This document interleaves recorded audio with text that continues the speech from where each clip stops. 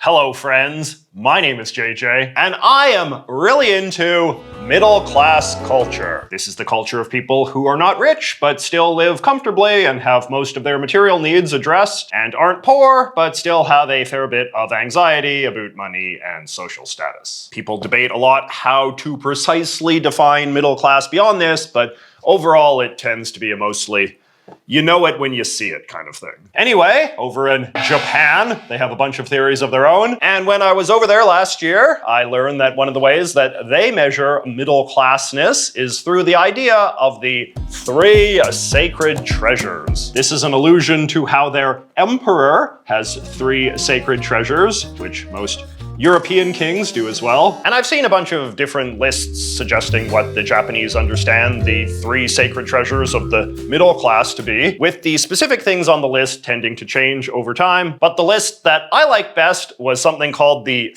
3 C's: car, color TV, and computer. I think a good test of middle classness is if you feel a strong sense of sentimentality towards these objects, which have probably played a large role in shaping the culture of your life and family. So today, I thought we would talk a bit about this, the way that these three specific objects tend to embody middle-class expectations of accomplishment, comfort, and respectability, and how these expectations change as technology evolves. And since most of you guys are middle-class like me, I'm hoping that as you watch, you can maybe reflect on the relationship that you've had with some of these objects over the years, and the role that they have played in shaping your understanding of the good life.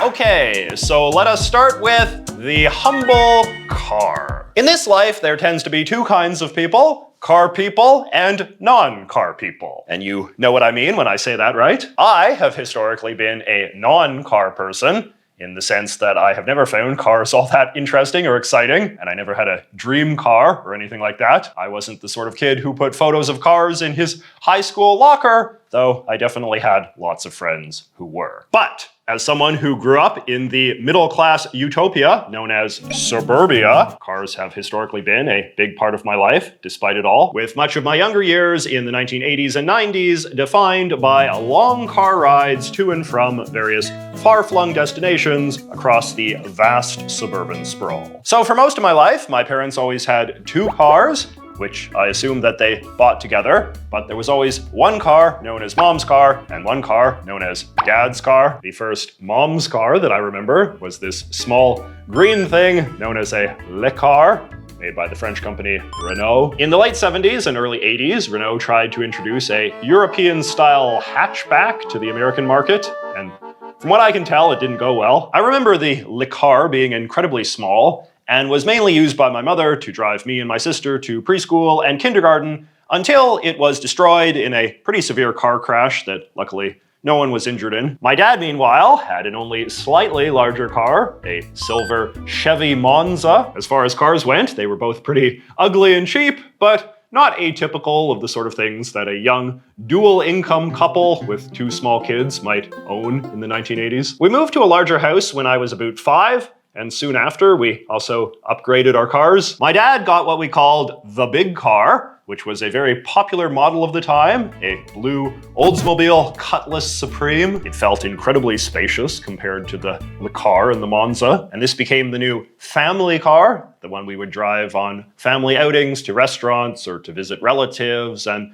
the one that we would load up with all of our kid junk when we went to the beach or the pool, or when my parents were driving a bunch of my friends to a birthday party or something. My mother, meanwhile, replaced the busted Le Car with a red Toyota Celica, which she bought used from one of her teacher friends at the school where she worked. I remember that people we knew would often make a big deal about us having a red car in a very passive-aggressive, middle-class sort of way. You know, the idea that a red car was very showy and associated with driving fast, and these were not the sorts of things that you would expect from a respectable middle-class mom. I remember my grandfather seeing it for the first time and making jokes about how my mother was going to be a NASCAR driver or something, even though the Celica is a pretty modest car, all things considered. That same grandfather was pretty well off and was always buying slick new cars for himself, while the cars that my parents owned were always used. At some point in the mid-90s, my grandfather sold my parents his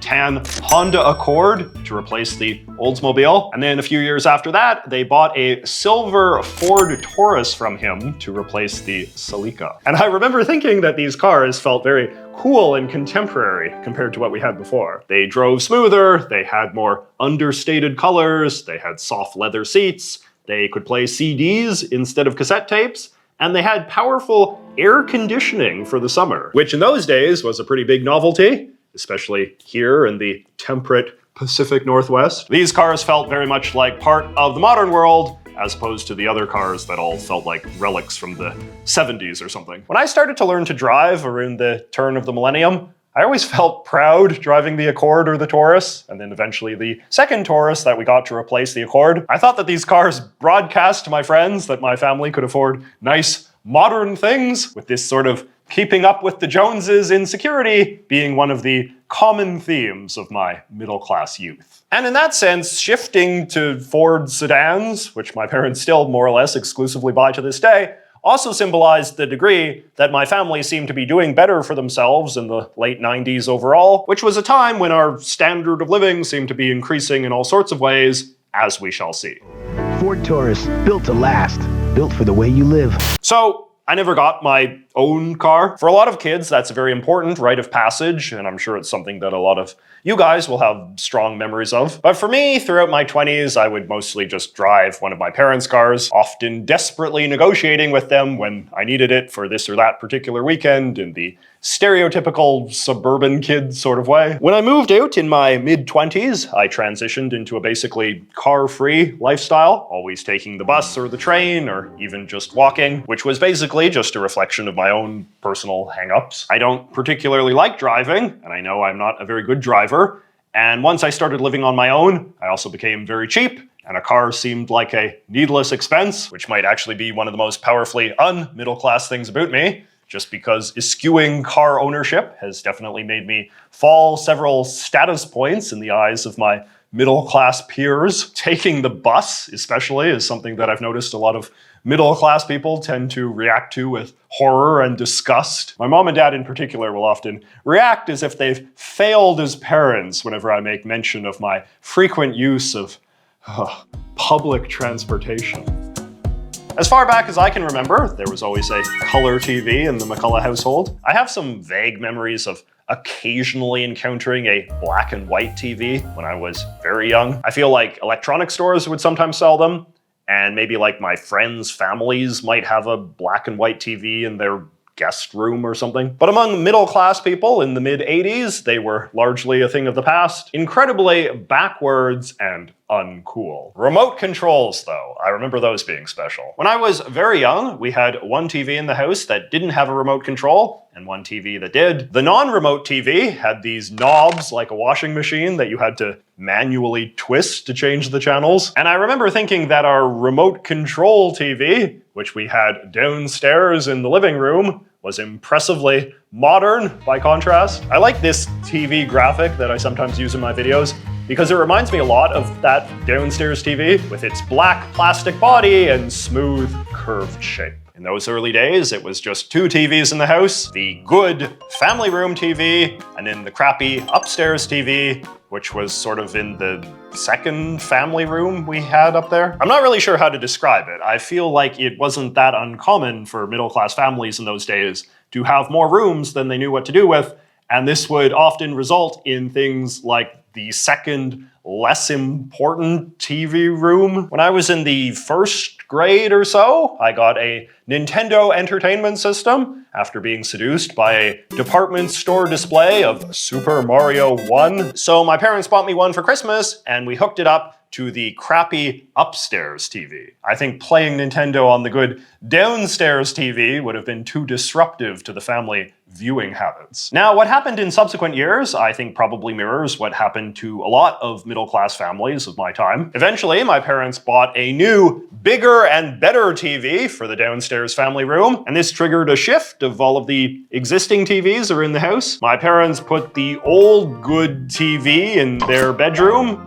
but the upstairs TV stayed put. But then, a couple years later, they got an even bigger and better TV for the downstairs, and the TVs shifted once again, with the oldest TV now going into my bedroom. In those days, I remember it being considered a little bit edgy for a kid to have a TV in his own bedroom. I was the only one of my friends who had a TV in his room, and I remember my parents being a little worried about that. I feel like the middle-class conventional wisdom of the time held that if a kid had a TV in his bedroom, he was in heightened danger of becoming an isolated, antisocial, TV-addicted weirdo, and would probably start watching adult movies at night. But my folks relented, in part because I was honestly just never that much of a TV kid. And in any case, the TV that I had was so old by that point, and the picture quality was so bad, that I never wanted to watch anything on it anyway. It was exclusively my Nintendo TV. Now, I don't know if my family is coming off as wealthy because of all these TVs we had, but if we are, I will just note that we definitely cut corners when it came to TV accessories. We didn't have cable for a long time, for instance.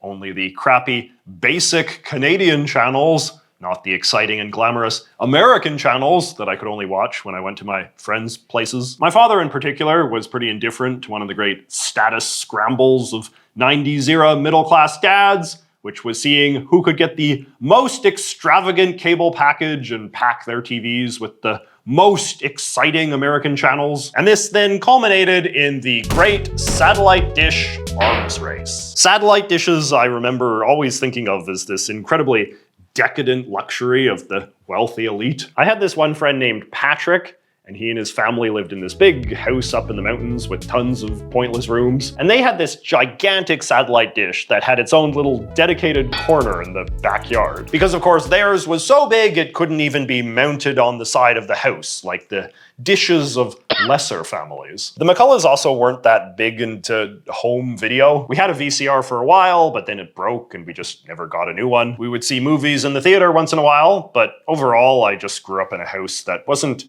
obsessed with movies the way that other families were. And to this day, movies are by far my biggest cultural blind spot. I find it hard to relate to like millennials who had some super dog-eared copy of The Empire Strikes Back on VHS and they watched it so many times that they had all the lines memorized. I never had a relationship with any movie like that. VCR movies were something that I associated less with my own family and more something that I would do when I would go to other people's houses for like a sleepover or something. That sort of thing feels like something that's a much smaller part of middle-class culture these days. The idea of different families owning different types of technology. When I was growing up, it felt like new forms of technology were being invented very quickly, quicker than most families could keep up with or afford. So different families would have different things, and going to someone's house was always a bit of a thrill because you'd get to experience whatever one piece of expensive, experimental, modern technology that they had decided to go all in on, whether that was a big screen TV, a 16-bit video game system, a laser disc player, or at one time, a computer. I was born in 1984, the year that the Apple Macintosh debuted, which is often recognized as the moment that personal computers first entered the consumer market in a big way. So to some extent, I can't really remember a world in which these things didn't exist. But that said, until I was around high school age, I definitely remember personal computers being quite unimpressive to me, and a lot of other people too. Even at the time, a lot of the desktop computers that existed in the 80s and 90s were pretty clearly primitive. I know that there's this thinking that in the past people were so easily wowed by bad technology, but that wasn't always the case. Everybody knew that these early computer programs were ugly and confusing and difficult to use, and it didn't always seem obvious why anyone should care about them. From my child perspective, computer games always seemed quite clearly inferior to Nintendo games, so that whole aspect was never seductive to me. I discussed this a bit in a previous video, but when I was young, there was this common stereotype that computer people were this whole other different class of person, very nerdy and high-tech minded to the point where they could endure the difficulty of using a computer. There is a famous episode of The Simpsons from 1993 where Homer befriends a bunch of nerds, and the mere fact that the nerds have computers is used as a symbol of their nerdiness. office. When a friend's family had a computer, it was often just because the father had some sort of very sophisticated white-collar job where he had to make a lot of spreadsheets and things. Or sometimes it was just a symbol of pointless extravagance. My wealthy grandfather, the one who was always buying new cars, bought himself a computer at one point. And even as a kid, I remember thinking that this was a pretty dopey thing for him to do. He never figured out how to use it, and it mostly just sat in the corner of his office as an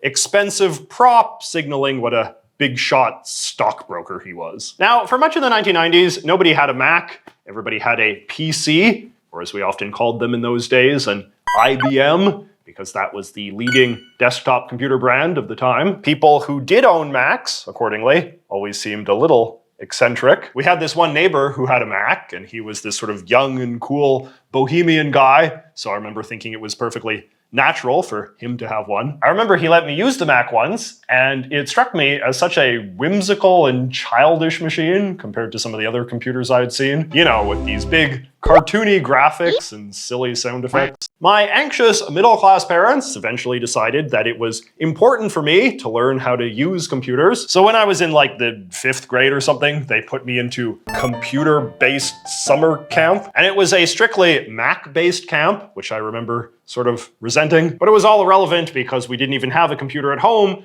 and we wouldn't get one until many years later when I was in my final years of high school. And what we eventually got was an actual factual IBM, which I remember being very proud of. By that point, Microsoft Windows had been invented and PCs had gotten much easier to use. But the bigger variable for my parents was just that the internet had also recently been invented, and this gave the desktop computer a newfound relevance to your average middle-class family. Things like email and search engines were just so much more self-evidently useful technologies than whatever this was. In one of my recent videos, somebody posted a very acute observation that the modern personal computer is really little more than an internet machine for most people. Unless you work from home or are a gamer, I would wager that most people spend upwards of 90% of their time on their personal computer just scrolling social media or browsing websites. Unlike my family's television buying habits, we only ever had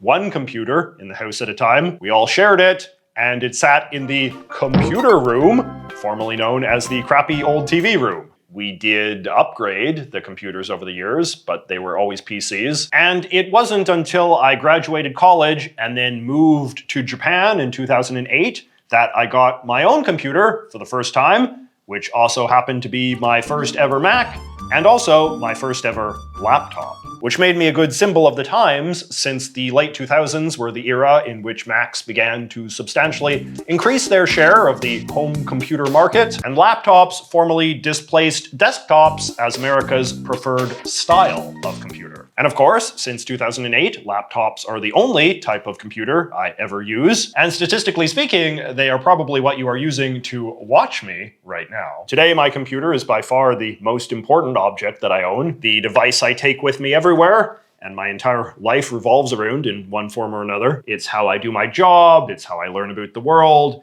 it's how I entertain myself, it's how I stay in touch with my friends. I have a 2022 MacBook, which doesn't feel all that special since I know a ton of people who have the exact same model. There's not even all that much you can customize on a MacBook these days, though I know that is much more of a Mac thing than a modern computer thing in general. In any case, it is kind of interesting that at this moment of my life, when I'm as successful as I've ever been, the 3 C's have never mattered less to me in terms of my identity as a comfortably middle-class person. I don't have a car, my TV is just a cheap thing that I bought to watch YouTube videos in bed, and my computer is an unimpressive tool that millions of people have the exact same version of. But that might say more about my idiosyncratic, out-of-touch, elitist lifestyle as a big-shot professional YouTuber living in a downtown apartment with an abnormally high disinterest in entertainment media, as opposed to any broader trends in American culture. So I'll turn it over to you guys. Do you think a love of the 3 C's remains a good indicator of middle-classness? What has been your relationship